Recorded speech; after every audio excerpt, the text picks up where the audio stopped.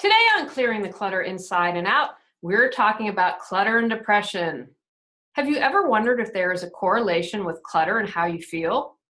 Do you notice a change in your mood when you're surrounded by clutter?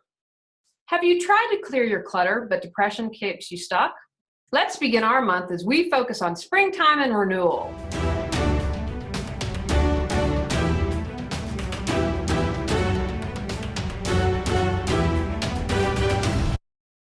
Ready to clear your clutter and share your gifts with the world? Every Tuesday at 1 p.m., join award-winning professional organizer, author, and certified life coach Julie Coraccio on clearing the clutter inside and out, as she teaches you how to navigate the waters to declutter your life. Julie Coraccio destroys the box and examines clutter in all areas: physical, mental, emotional, spiritual, energetic, relationships, health, finances, and more. First, I have two announcements. Apparently, when you were signing up for my newsletter, it hadn't been working. I didn't know that was kind of a back end of the website deal, and I've just had my website upgraded, redone. Check it out. It actually looks really cool by the time this airs. The landing page is the last thing we're working on, but apparently it went to someone's Gmail account in Spanish. So if you signed up for the newsletter and didn't get your 10 free steps, I apologize. That's all been cleaned up. So if you're interested, please sign up. And the other thing I'm happy to announce is I'm going to be part of a telesummit on decluttering. This is my first one, and I'm super excited. And I will be speaking Monday, April 10th at 1 p.m. Eastern. If you go on my website under events, you can find out more information. It's free, and it'll tell you where you can sign up. So lots of good stuff. Check it out. Technically, it's spring here in Raleigh, although I have to tell you I'm shooting this on a Saturday, and Thursday it was 75 degrees and I was in shorts, and it's Saturday afternoon and possibly we're going to have snow tonight or tomorrow. So all my daffodils are going to bite the dust, but we're going to go ahead and talk about spring anyway. While spring is really a wonderful time for many of us, it can also be hard with people who are struggling with depression. Clutter can cause depression, and depression can cause clutter. I say this almost every time I do a talk because I believe it's really important to recognize it. In doing some research, the UCLA report that I'm going to mention later in the episode might not agree with me, but you know I take a holistic view of clutter, and inside clutter is affected by outside and vice versa. So I do believe clutter can cause depression. Clutter causes a general dampening of brain function, among other things, and sitting and being surrounded by clutter day in and day out doesn't feel good. SAD, seasonal affective disorder, is a form of recurring depression in which the symptoms start and stop around the same time each year. Typically, they begin in fall or winter and subside in spring. But with about 1 in 10 SAD sufferers, the pattern is reversed, with depression returning in the spring or summer. If you have depression or clutter, you can get caught in a cycle. Clutter makes you depressed, and when you are depressed, you don't want to deal with it. It can be overwhelming and paralyze you. Several studies also support the idea of a strong link between clutter and depression, especially in women. In a 2012 UCLA study investigating the connection between clutter and depression, life at home in the 21st century, researchers found that women surrounded by too many physical objects in their homes had higher levels of cortisol, often called the stress hormone. Men, on the other hand, are not bothered much at all. But that doesn't mean that some men aren't bothered. So when you're listening or reading about a study, take it with a grain of salt and always bring it into your life and see, does this fit for me? Ask if it does, and if it doesn't, then let it go. If you are clinically depressed, I suggest seeing a licensed therapist or psychologist. This episode is not going to be able to support you if you have severe depression. I have been depressed in my life, but this was never to the point that I needed medical attention, so these suggestions are geared more towards those times in your life when you feel depressed and unable to get a lot done. If you're feeling depressed now, know that it will pass. Again, unless it's severe depression where you need to seek medical attention. So, what can you do? Here are my suggestions. Number 1, ask for support. Ask friends for help. What can your family or friends help you with? Make sure you are asking friends and family that are non-judgmental. It's really important. Some friends and family are great at certain things and not so great at other things. It's really important that they aren't going to judge you. So be very careful about who you select. Even if you're kind of at a low point, try and be really aware of who you're asking for support. You can also hire a professional organizer to remove the clutter for you and get organized. At this point, you probably won't be motivated to read a book or take a course. Interview and make sure you have the person that's the right fit for you. If you're struggling, ask a friend to be part of the process. Believe that you will find the right person to help you. And if you get some of that clutter cleared, that will help lift your mood. At least I believe so. You also have the option of seeking online support groups. There are some wonderful resources out there. I also suggest praying. This can have a spiritual or religious connotation to you, whatever you feel comfortable with. Pray to God, the goddess, the universe, whatever is your term. Ask for help. When I was living in LA, I had a really awful job. I had a really good job that wanted to expand my horizons, which was not a smart move at the time, and then got another job, and I was miserable. I ended up working for a boss who I would literally spend hours trying to perfect an Excel spreadsheet on things that were like, you know what, kind of the important part is a report. Anyway, long story short, I was in the bathtub crying my heart out, and I just prayed. I was like, you know what, I don't know what the next move is. I feel really stuck, and I was just miserable. And true story. So I had applied for a job months ago, and the woman said, oh my gosh, I love you, but we've already just hired the grant writer, and you are just, it's above your capability. You're too smart to be an assistant. And so I said, oh, too bad. Anyway, hit it off. She called, I kid you not, within a day or two saying, you know what, the grant writer has left. We'd like to bring you back in the interview for the grant writing position. I had never had an official writing position, but I knew how to write. I love writing. And so I ended up getting the job. And I think because one, I'd surrendered and I had asked for help. So believe in miracles and believe that things can happen. No, you are not alone. About 3.3 million American adults have depression, according to the Anxiety and Depression Association of America. Again, even if it's just a short time and you feel really blue for a couple months, I really believe it supports and helps us when we know that we're not the only person that has this. We can keep ourselves isolated if we believe that we are the only one going through this. And again, there are support groups that you can seek out that might benefit you. And this kind of dovetails and leads into my next point. Know that there is nothing wrong with you. When I was depressed, I was angry with myself and felt like I should have been able to stop this. Why is this happening? What is wrong with me? There is nothing wrong with you. You aren't bad for feeling depressed. Don't make yourself feel worse than you already do. Can you get to a place of neutrality? Okay, I'm depressed. I'm not going to label it good or bad. I'm going to concentrate on how I can move forward.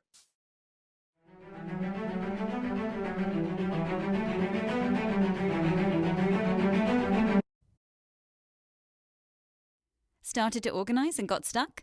Need questions answered or customized solutions? Looking for a professional organizer to bounce ideas? Go to reawakenyourbrilliance.com to learn how Julie Coraccio can help.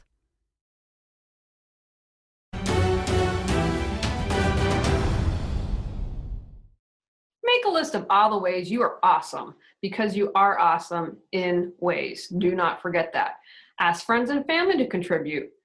Look at this list every single day. Little shifts can add up into big shifts. Remember, we just take those baby steps and keep moving forward. Get moving, get some exercise. Many people believe that exercise is an antidepressant. Go on Google, Google's your friend, do some research and see what you find, but get moving. I know when I feel blue, if I get out and hike or go to the gym, I immediately feel better. Express yourself. Sorry, I know I can't sing, but trying to have some fun here. And if you have noticed or are wondering or watching this on YouTube, yes, there is turquoise in my hair. I do have fairy hair. And that's another thing. Go and have fun. Express yourself that way. Getting fairy hair gave me a complete total lift. I got turquoise, and Tony and I were out and looking at flooring, and the guy's like, did you know there was something in your hair? And I said, yes, it's called fairy hair and it's supposed to be there. And everyone else was like, oh my gosh, that's great. Doing little fun things to express yourself, I think, are really important. So how can you do something about that? I also once read that depression is anger turned inwards.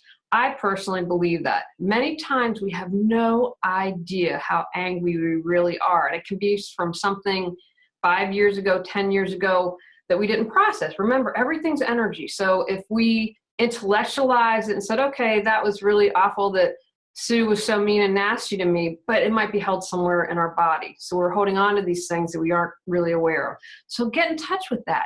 Get in touch with your anger. If this resonates with you, because again, I know everyone is not going to agree with me, how can you express that anger? How can you express yourself? I had a friend, Stinky. He was one of my best friends in LA, and he took me kickboxing, and he got one of those things that he held so I could punch and kick it. To tell you, that's really fantastic. Doing different movement, breath work is really good. I do some breath work now. I know, oh, I'm feeling angry. Scream in your car if you have to. There are different ways you can get in touch with and express that anger. Now, if you've listened to the podcast for a while, you know this one is coming.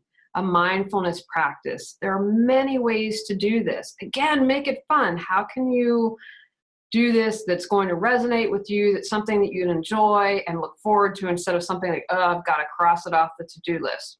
Start getting in touch with the deeper you. The deeper you, your soul stuff, is never depressed. Your deeper self has that wisdom, has that knowledge, is in neutrality, doesn't see things as good and bad. So get in touch with her or him.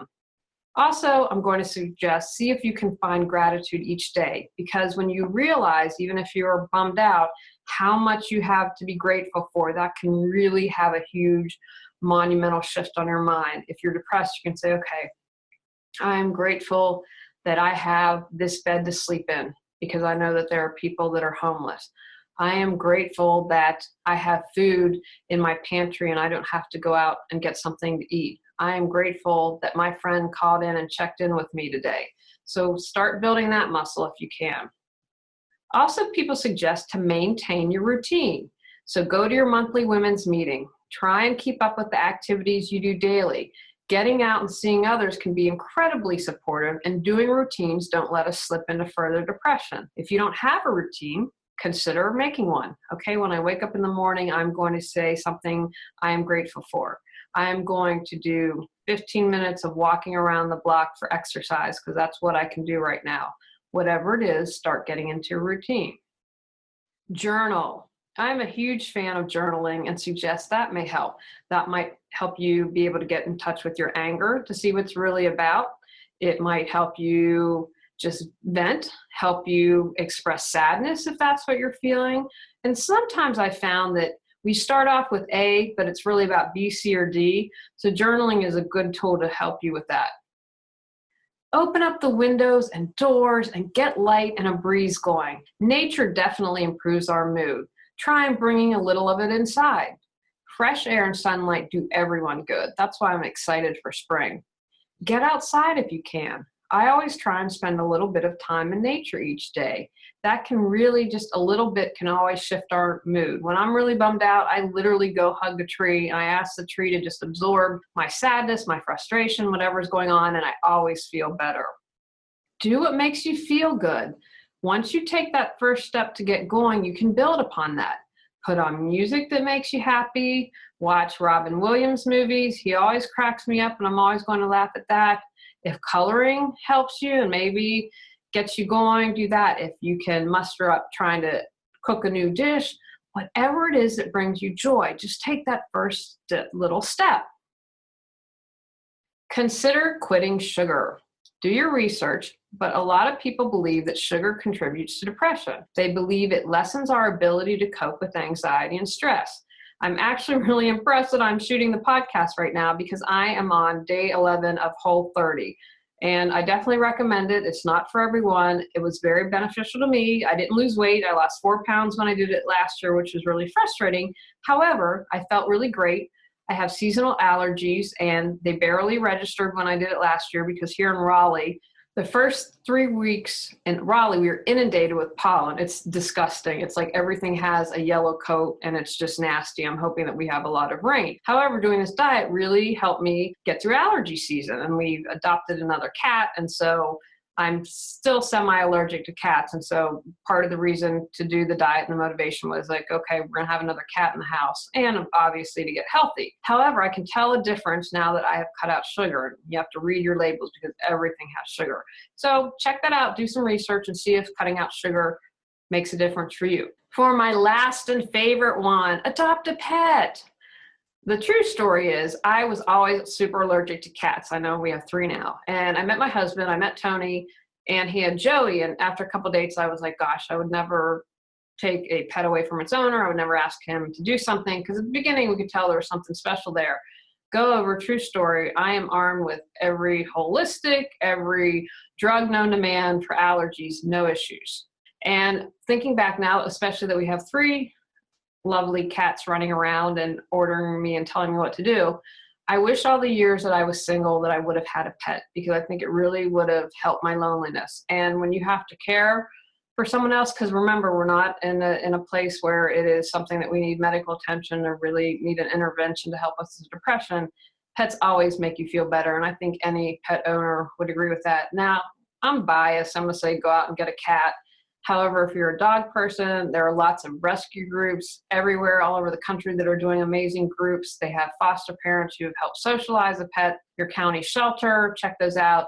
Lots of good pets need a home. And, I believe you get as much from the pet as they get from you. And we just adopted Athena. And so I had a healer come over and she said, pets are put on the planet to help us. And I'd never heard that before. But, the more I think about that, I really am starting to agree with that. And a pet will just enrich and immense your life tremendously. And if you, again, have to care for someone else, it's less likely, okay, I've got to take care of myself to be able to take care of the pet.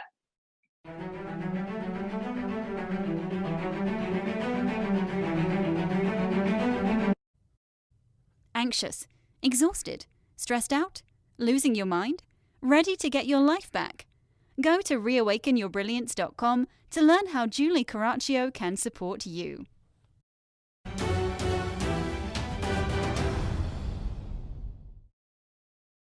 If you know someone who's depressed, I have a few thoughts on that.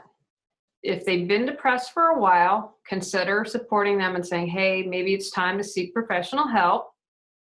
Don't judge. I say this all the time when I talk on this podcast. Honor them to feel how they are feeling. At that moment, they can't see the glass is half full, so don't tell them, see the glass is half full. Depression, I've read a little bit about it. In my understanding, it's like if you got a cold. It is a physical medical condition, and that's like telling someone maybe that has cancer, hey, don't have cancer, get over it. So remember that. Don't judge them. Be the supportive system. If I mentioned earlier how I was like, oh my gosh, why can't I get out of this? What's wrong with me? Most likely your friend or family member might be feeling that as well. Simply be there. Let them cry on your shoulder, offer to hold their hand. You don't have to talk.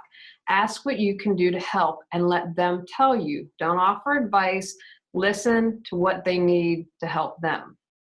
Don't minimize their pain. Don't shame them and invalidate what they're experiencing and what they feel. That could cause them to feel shame. Again, we all experience life differently. Don't judge it. Don't tell them how they shouldn't be, and don't minimize it. And finally, as I touched upon a moment ago, don't offer advice. I know that this is challenging for me, although I come by it honestly because my father tends to give advice.